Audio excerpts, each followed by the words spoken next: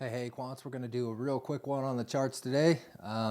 Since it's MLK Day, I don't know who's celebrating that, but I know a lot of people generally are excited to get the day off. So I guess I'll leave that open for now. So let's just real quick get into the charts. So it looks like we had quite a bit of a dump. We're on the daily time frame here, and things are starting to trend down again. However, we still have the 821 cross to the upside, and I have seen some individuals talking about this being potentially an ascending wedge, and then the ascending wedge play being the more likely outcome now, since this was rejected.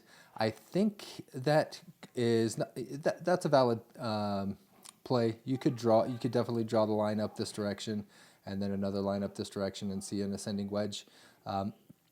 However, since I started off with the idea of this being basically just a channel, if I leave it as a channel, and it just so happens where I drew that line, we're seeing potentially a retest of that line. So if it closes right here or above, I would say that would look pretty darn positive. However, I did notice some other individuals talking about 93K being important as well.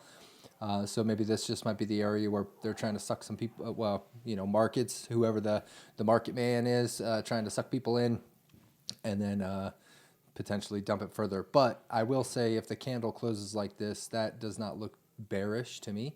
It looks like we're just getting a retest.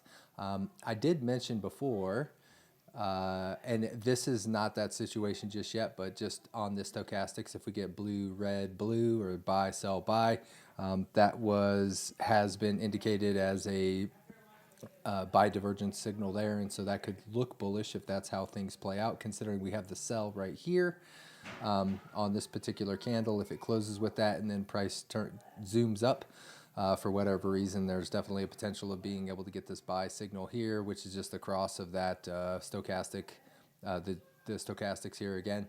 And so if we get that, then that could be another buy. And so that would look pretty darn bullish, in my opinion, for getting some continuation to the upside. And again, I'm still looking for a touch of the 200s. My opinion on that is not going to change until we get the touch of the 200s, or we start losing some of these support levels. The big support level is going to be one of these at the bottom of the channel. However, if you want to front run it a little bit to, if you did take a trade and you're trying to protect some capital there, or you're just looking to get out and protect capital, because it doesn't look like we're getting more of a retest than the break of this previous 2-day swing bottom here would be another area. But again, trend still looks up, even though we did get a little bit of a pullback there recently. So things aren't really looking too bearish to me. Let's go ahead. I did not take a look at silver or gold, but I heard they were zoom in today. So let's just take a real quick look. Boom, zoom in on gold. There's really not much more to say on this. If you're in the trade, you want to protect capital. We did get that swing, the 2-day swing. That is the 2-day, yep.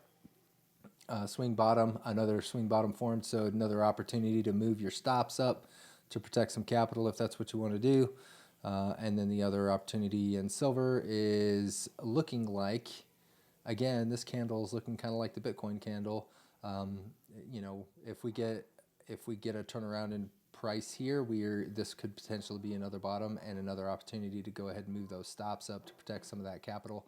Looks like we got almost to, I heard some people saying we got all the way up to 91. I guess maybe if you're looking at the COMEX chart, which I'm not right now, maybe it did. On this particular chart, it got up to 88.99. So yeah, things are looking okay here. I mean, we're high on these some of these oscillators, right? So I would not be surprised to just see price action start giving some up. And so that's why I've been continually talking about the idea of deciding where you want to move your stops to protect some of that capital, so you can keep some of your gains.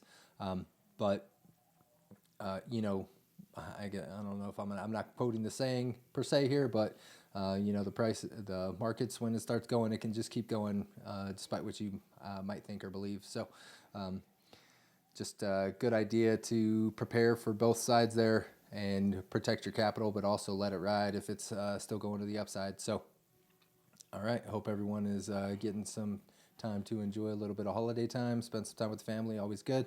And we will catch you on the next one. Peace, quants.